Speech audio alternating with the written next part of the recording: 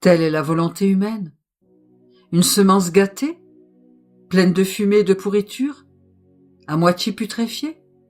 Cependant, toutes les semences ne sont pas complètement mortes. Certaines ont encore un filet de vie. Et si celles-là sont exposées au soleil de ma divine volonté, sa lumière, sa chaleur et son vent, pénétrant, investiront la semence de la volonté humaine. Et la lumière et la chaleur nettoieront la semence en retirant ce qui est gâté.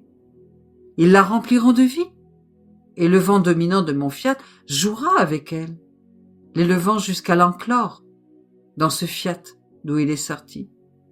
Et avec sa vertu, il changera la nature de la semence, en lui rendant sa vie originelle. Il lui suffit pour cela de s'exposer au soleil de ma volonté et aux rayons brûlants et éclatants de ses connaissances. De se laisser investir, caresser par sa lumière, réchauffer par sa chaleur, transporté par la force de son vent, afin que le royaume de ma volonté puisse venir sur terre. Ces prérogatives sont aussi celles de l'ordre naturel. Si l'air que l'on respire est lourd et oppressant, un souffle de vent suffit pour vider l'air de ce poids et nous permettre de respirer un air pur.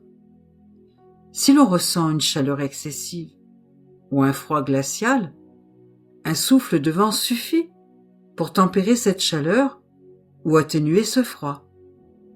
Si d'épais nuages recouvrent l'horizon, le vent et le soleil suffisent à les dissiper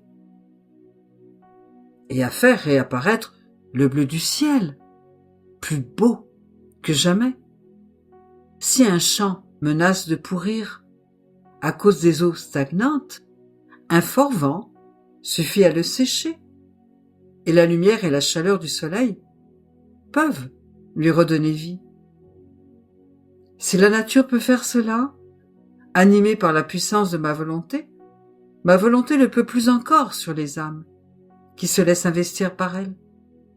Ma volonté va les remodeler par sa chaleur.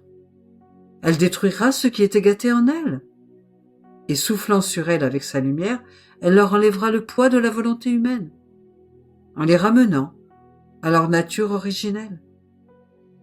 Lorsqu'Adam a péché, corrompant la semence de sa volonté, si ma volonté ne s'était pas retirée de lui, sa lumière et sa chaleur auraient pu le restaurer immédiatement. Mais la justice exigeait qu'il ressente les effets de sa semence corrompue, et par conséquent, lorsque ma volonté se retira, il ne ressentit plus dans son âme la lumière et la chaleur pour être restauré et protégé de la corruption la semence de sa volonté. N'est-ce pas là le royaume de ma volonté? Son ardent désir de revenir parmi les créatures et, mieux qu'un soleil, de chasser la corruption hors de leur semence, afin de pouvoir régner et dominer au sein de la famille humaine.